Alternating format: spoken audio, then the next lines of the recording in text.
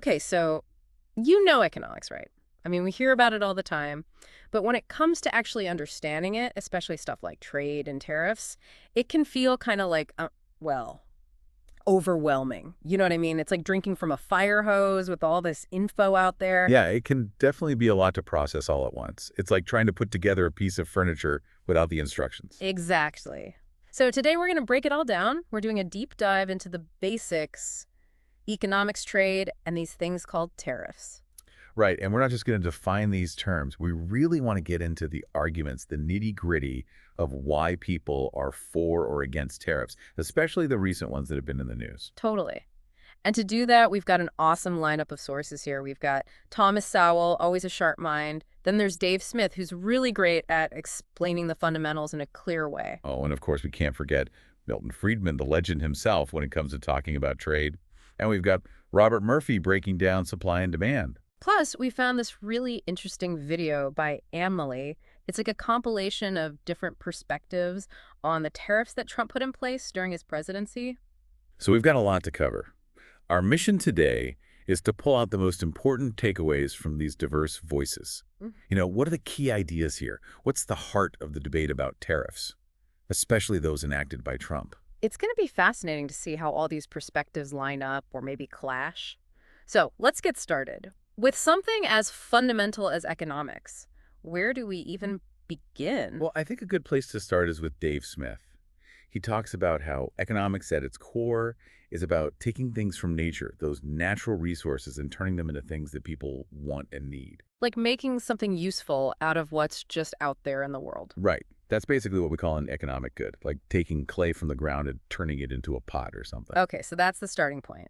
Turning raw materials into something we can use. And then from there, the natural next step is trade, right? Exactly. Trade takes things to a whole new level. It lets people, or even whole countries, specialize in what they're best at. They can really leverage their unique skills and resources. And then everyone benefits from trading because they get access to things they wouldn't be able to make or produce themselves. It's like the example he gave with the guy who's great at building log cabins and the guy who raises cattle. The cabin builder needs food and the cattle rancher needs shelter, right? Yeah. So they trade, and both of them end up better off. Yeah. No need for the cabin builder to suddenly become a cattle rancher, or vice versa. Right. Makes total sense. And the key word there is voluntary, as Dave Smith points out. Both sides have to believe they're going to be better off after the trade for it to actually happen, right? Absolutely. Ah. Can't be one person winning at the expense of the other. Both parties have to see it as beneficial, not a zero-sum game. I mean, that's pretty obvious. You wouldn't just trade something away if you didn't think you were getting something even better in return, would you? Exactly. And to really get a sense of just how powerful and interconnected our economies are thanks to trade, we can look at some classic examples like Leonard Read's essay Pencil. Milton Friedman loved talking about that one. And Dave Smith also mentioned a similar thought experiment using a ham sandwich. Oh, yeah. I love those examples. It's mind-blowing how they break down something simple like a pencil or a sandwich and show you this huge global web of cooperation that goes into making it. It's incredible, right? You've got the graphite that's mined somewhere, the wood from another place, the paint, the metal, the rubber, all these different people with their specific skills and knowledge all over the world contributing to this one everyday item. And no one's really in charge of the whole thing. It just sort of happens because of the magic of free exchange. It really makes you appreciate just how interconnected everything is. We're all part of this massive system. And of course, to grease the wheels of all this trading, we have currency, right? Exactly. Dave Smith explains how currency is like a tool that makes trading so much easier than bartering. Imagine trying to trade a log cabin for the exact amount of beef you need, exactly when you need it.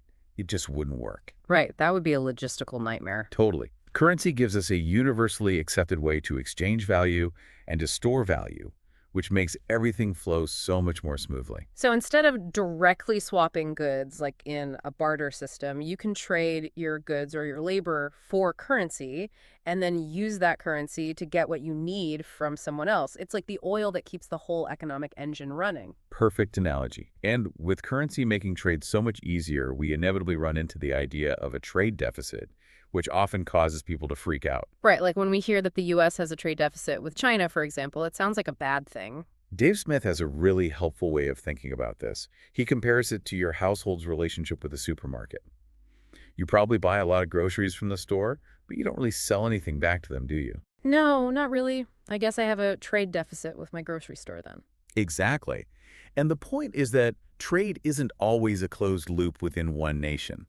The dollars we spend on imports from other countries don't just disappear, they become a way for those countries to buy things from us or from other countries, completing the economic cycle. It's not like we're losing something in a literal sense. That's a really clear way to think about it. It's like when I buy groceries, I get food that I need and value, and the supermarket gets my money. It's a win-win situation, even if it's not perfectly balanced in the short term. Okay, so we've talked about some basic economic ideas and how trade works. Now let's get to the controversial topic of tariffs. What exactly are they? At the most basic level, Dave Smith says a tariff is basically a tax on trade. It's like a fee that a government puts on goods or services that are coming in from other countries. So if the U.S. wants to protect its own steel industry, for example, it could put a tariff on steel that's imported from other countries. Right? That would make the imported steel more expensive, which would make the steel made in the U.S. more competitive.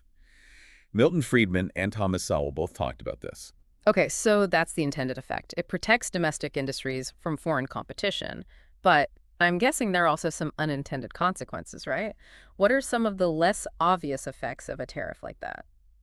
One big one is the potential impact on exports.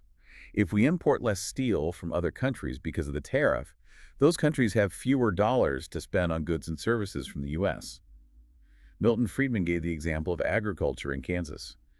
If other countries have fewer dollars because we're not buying as much steel, they might buy less American wheat or soybeans. So it's like a ripple effect. You might be protecting jobs in the steel industry, but you could be hurting jobs in other industries that rely on exports.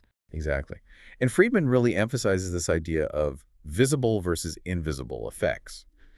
The job gains in the protected industry, like steel, are concentrated and easy to see, so they get a lot of attention from politicians.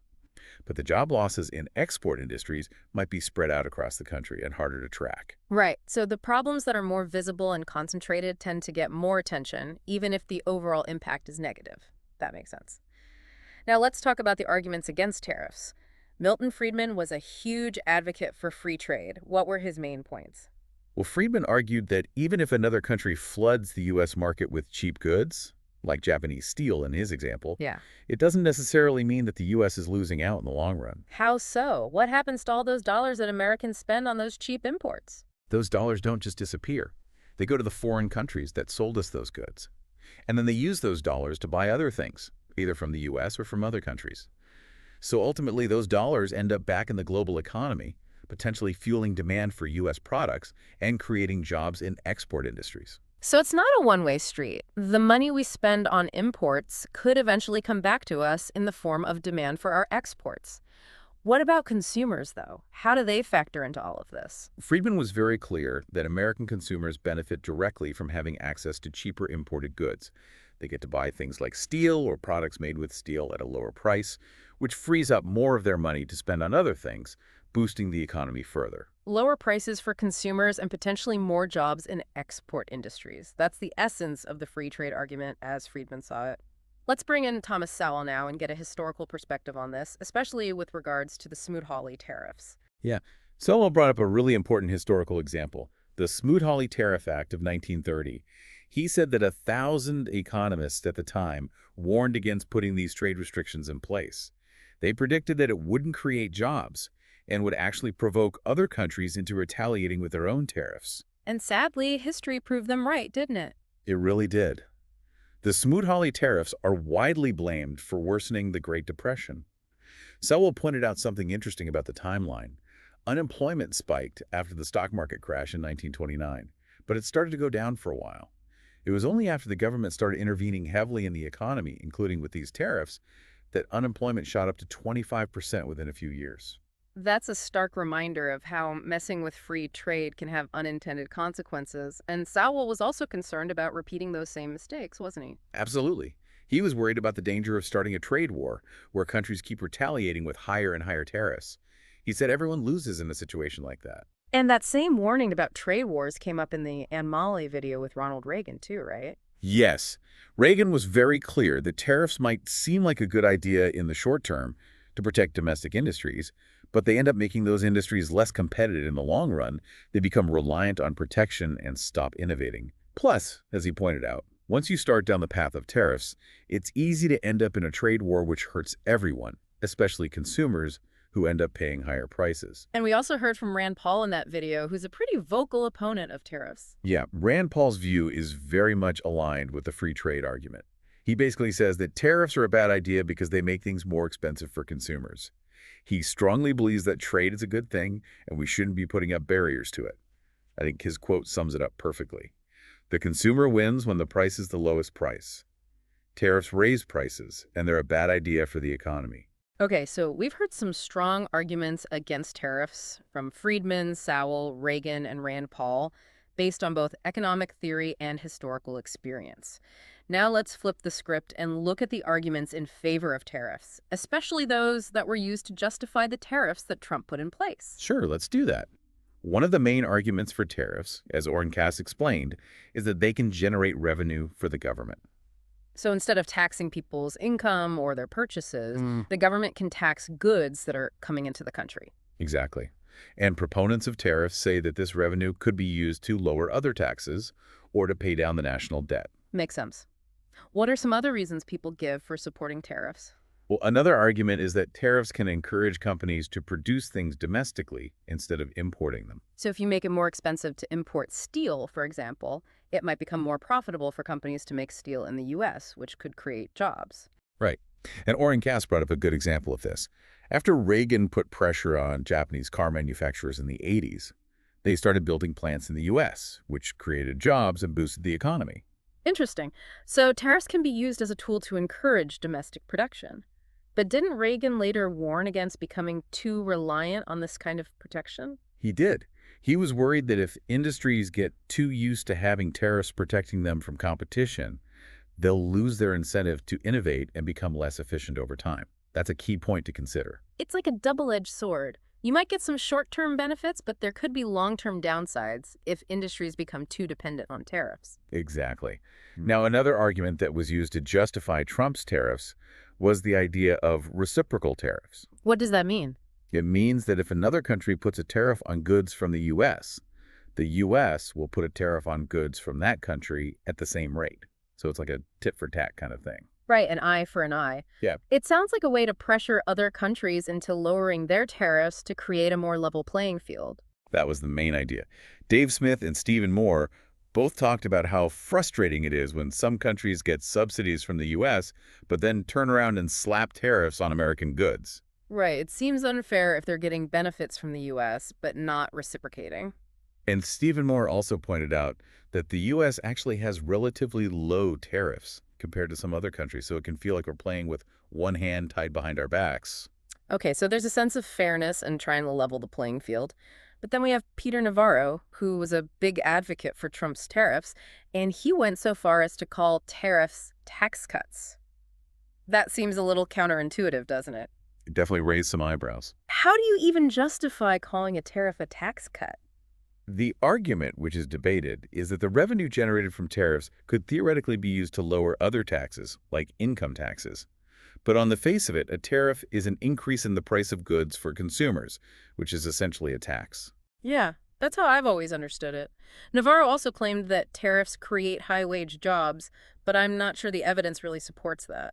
It's a complex issue, and the link between tariffs and wages isn't as straightforward as some might suggest. It depends on a lot of factors. Right. And then there was that whole thing about Trump calling tariffs a genius play in that social media post where he talked about forcing companies to build in the U.S. and lowering grocery prices. He even specifically mentioned egg prices, if I remember correctly. Yeah, that seemed like a very specific interpretation of how tariffs might work, and it's debatable whether that really played out the way he envisioned. Exactly. There's often a gap between the intended effects of policies and the actual outcomes. So we've got a range of arguments for tariffs. Generating government revenue, boosting domestic production, creating a level playing field with other countries, and using them as a negotiating tactic. It's important to consider all these different perspectives. It definitely seems like a complex issue with a lot of different factors at play. Now, what about the actual impact of Trump's tariffs? What do the experts say about how they've played out in practice? Well, Thomas Sowell offered a pretty nuanced take. He said that tariffs might work as a short-term negotiating tactic to get specific concessions from other countries, but he was very skeptical of using tariffs as a long-term policy because they create a lot of uncertainty for businesses and investors. Right, that uncertainty can make people hold back on spending and investing, which could hurt the economy in the long run. Exactly. So Cavell even compared it to the economic conditions leading up to the Great Depression when people lost confidence in the future and stopped spending. Okay, so Sowell was cautious but not totally dismissive of tariffs. What about Dave Smith? He seemed a lot more critical of Trump's tariffs, right? Yeah, Dave Smith didn't hold back. He called Trump's tariff policies indefensibly bad and argued that they were based on a fundamental misunderstanding of economics. He especially took issue with the focus on trade imbalances, which he doesn't see as a problem in and of themselves. I remember Trump often talked about how he wanted to recreate the economic prosperity of the early 1900s, which was a time when the U.S. had high tariffs. But Dave Smith pushed back on that, didn't he? Yeah, he argued that the economic conditions were very different back then. There was no income tax, no central bank, and the government was much smaller. So simply imposing tariffs in today's world isn't going to magically recreate the same economic outcomes. That makes sense. It's not like you can just rewind history and expect the same results. And as we've heard from both Reagan and there's also the danger of those retaliatory tariffs leading to a trade war, which history has shown can be really bad for everyone. Absolutely. Trade wars tend to spiral out of control, and everyone ends up worse off. It's like a lose-lose situation. Okay, so there's a lot of uncertainty about the long-term impacts of Trump's tariffs. I think the Angela video summed it up well by saying that we just have to wait and see how it all plays out. Yeah. Economics is a complex system, and it's hard to predict with certainty how these policies will ultimately impact the economy. There are so many moving parts and different actors involved. Businesses, consumers, foreign governments. It's like a giant game of chess where every move has ripple effects that are hard to foresee. Right, so much for the genius play. Yeah. Well, we've covered a lot of ground today. We've talked about the basics of economics and trade, the different arguments for and against tariffs, and the specific case of Trump's tariffs. And we've seen that there's no easy answer. There are potential short-term benefits for certain industries, but there are also potential long-term costs for the broader economy and for consumers. It's really about weighing those trade-offs and trying to understand the bigger picture. Exactly. And it's about being aware of the different perspectives and arguments out there, not just taking one side or the other at face value. Well said. So as we wrap up this deep dive, I'd like to leave you, the listener, with a question to ponder. Knowing what we know now about the history of tariffs and the basic principles of trade, what do you think will be the ultimate legacy of these tariffs that were put in place during Trump's presidency? Will they be seen as a success or a failure in the long run? And what factors do you think will determine that outcome? It's something to keep in mind as we continue to navigate the complex world of economics and global trade. It's definitely a question worth considering. Thanks for joining us on this deep dive, everyone. It's been a pleasure.